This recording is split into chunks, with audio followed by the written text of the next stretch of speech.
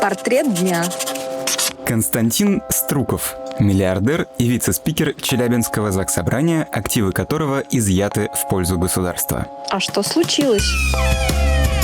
Советский районный суд Челябинска постановил изъять в пользу государства активы бизнесмена и политика Константина Струкова.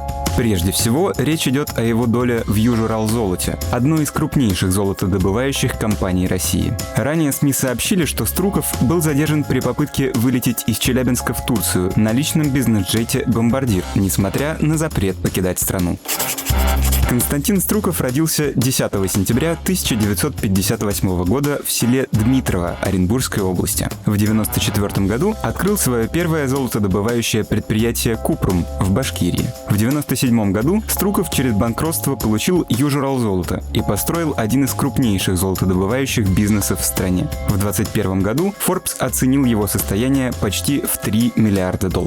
У него две дочери – Александра, гражданка Швейцарии, и Евгения, владеет частью активов в России. По версии следствия, через них оформлялись активы и выводились деньги за рубеж. По сведениям прокуратуры, семья Струкова владеет зарубежной недвижимостью, предметами роскоши и яхтами. В Черногории он строит пятизвездочный отель «Хотел Добра Лука 5» и владеет земельными участками. В Сербии его бывшая супруга Людмила Струкова, с которой он формально развелся в феврале 2022 года, участвует в коммерческих проектах.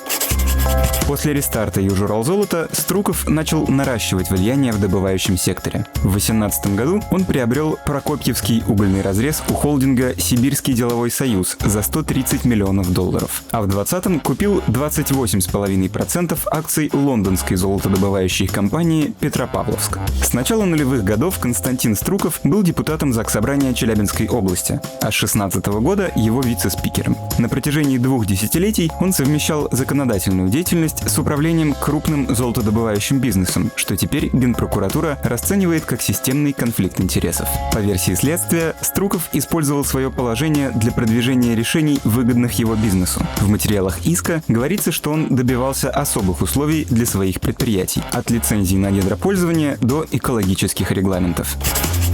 Особое внимание следователи уделяют неформальным связям Струкова с представителями исполнительной, правоохранительной и судебной систем. По данным Генпрокуратуры, он сдавал квартиру площадью 121 квадратный метр в центре Челябинска начальнику регионального управления СКР Алексею Колбасину всего за 10 тысяч рублей в месяц при рыночной цене около 100 тысяч. Струков также был одним из крупных частных доноров партии «Единая Россия». В 2015 году он перевел на ее счет 5 миллионов рублей и в том же году принял участие в партийных праймерис. По словам политолога Аббаса Галямова, Струков рассчитывал на политическое прикрытие, но в момент, когда система начала пожирать саму себя, неприкосновенных не бывает.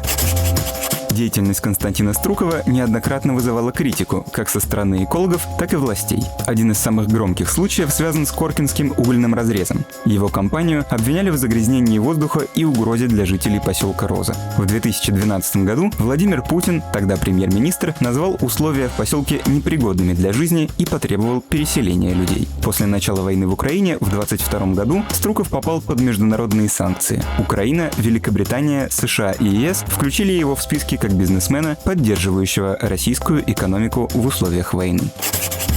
Больше подробностей в рубрике «Портрет дня» на сайте Эхо.